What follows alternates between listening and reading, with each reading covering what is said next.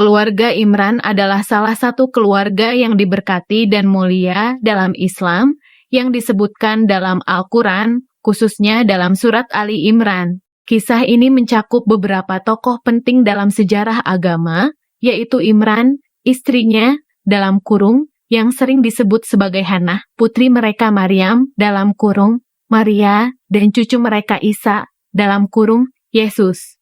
Berikut adalah ringkasan kisah keluarga Imran berdasarkan Al-Quran. 1.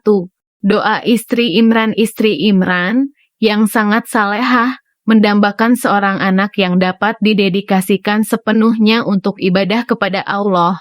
Ketika ia akhirnya hamil, ia bernazar bahwa anak yang dikandungnya akan diserahkan untuk melayani Allah di Baitul Maqdis, dalam kurung, tempat ibadah di Yerusalem. Dalam doanya, ia berkata, "Ya Tuhanku, sesungguhnya aku menazarkan kepadamu anak yang di dalam kandunganku menjadi hamba yang saleh dan berkhidmat, dalam kurung, di rumahmu. Maka terimalah, dalam kurung, nazarku itu daripadaku. Sesungguhnya engkaulah yang maha mendengar lagi maha mengetahui." QS Ali Imran 35. Namun, ketika bayi itu lahir, ternyata seorang perempuan. Istri Imran sempat merasa bingung karena menurut tradisi, hanya anak laki-laki yang biasanya didedikasikan untuk pelayanan di Baitul Maqdis.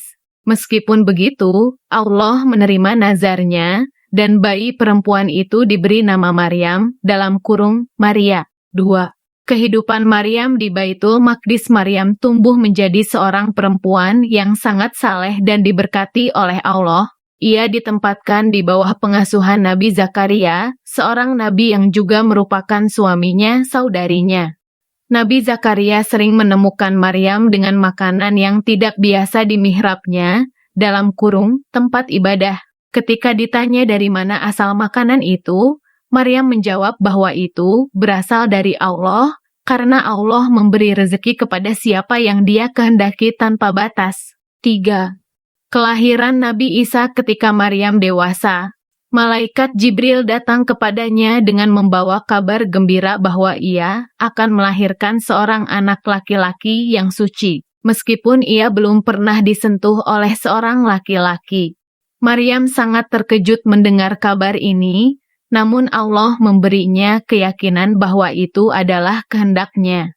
Anak tersebut adalah Isa, dalam kurung, Yesus, yang nantinya menjadi salah satu nabi besar dalam Islam. Allah menguji Maryam dengan kehamilan ini, namun ia tetap teguh dalam keimanannya. Ketika waktu kelahiran tiba, Maryam pergi ke tempat terpencil dan melahirkan Isa di bawah pohon kurma. Allah memberinya mujizat berupa air dari bawah kakinya dan buah kurma yang jatuh untuk memberikan kekuatan kepadanya.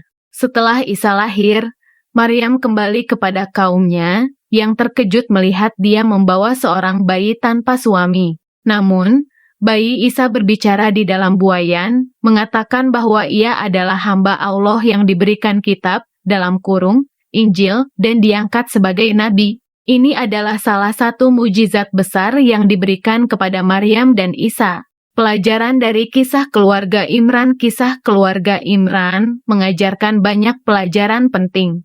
Antara lain keimanan yang teguh dan pengabdian kepada Allah. Istri Imran dan Maryam menunjukkan keimanan yang luar biasa kepada Allah, bahkan ketika menghadapi situasi yang sulit dan penuh ujian.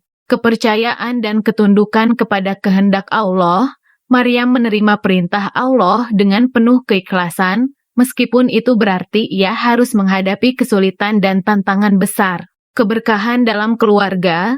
Keluarga Imran adalah contoh keluarga yang diberkati oleh Allah karena kesalehan mereka, dan mereka diberikan anak-anak yang menjadi orang-orang suci dan nabi.